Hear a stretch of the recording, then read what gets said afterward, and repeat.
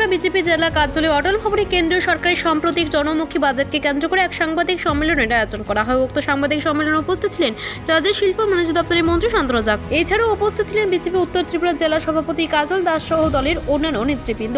সাংবাদিক সম্মেলনে বক্তব্য রাখতে গিয়ে মন্ত্রী শান্তনু চাকমা বলেন, কেন্দ্র সরকারের বাজেট দেশের সামগ্রিক অর্থনৈতিক উন্নয়ন এবং সাধারণ মানুষের কল্যাণকে সামনে রেখে প্রণয়ন করা হয়েছে।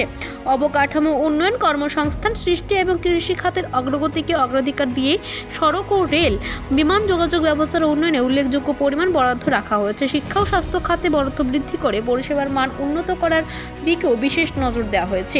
মন্ত্রী শান্তনু চাকমা জানান, বাজেটে নারীর ক্ষমতায়ন, সামাজিক সুরক্ষা প্রকল্পের সম্প্রসারণ, স্বনির্ভর গোষ্ঠীর আর্থিক সহায়তা এবং দরিদ্র প্রান্তিক মানুষের কল্যাণে একাধিক উদ্যোগ নেওয়া হয়েছে। পাশাপাশি ডিজিটাল প্রযুক্তি, স্টার্টআপ, পরিবেশ সংরক্ষণ ও নবায়নযোগ্য শক্তি খাতে বিনিয়োগ বাড়ানোর মাধ্যমে ভবিষ্যৎমুখী উন্নয়নের পথ প্রশস্ত করা হয়েছে।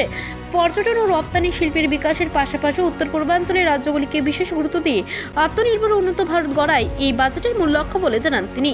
Bureau report, Asian Times. সমগ্রী প্রবাসীকে আজকে আমরা বাজেট নিয়ে আমরা মিলিত হয়েছি, প্রেস কনফারেন্স করছি। উত্তর ত্রিপুরা জেলায় উপস্থিত রয়েছেন আমাদের এই জেলা সভাধিপতি এবং কনভেনার আজকে।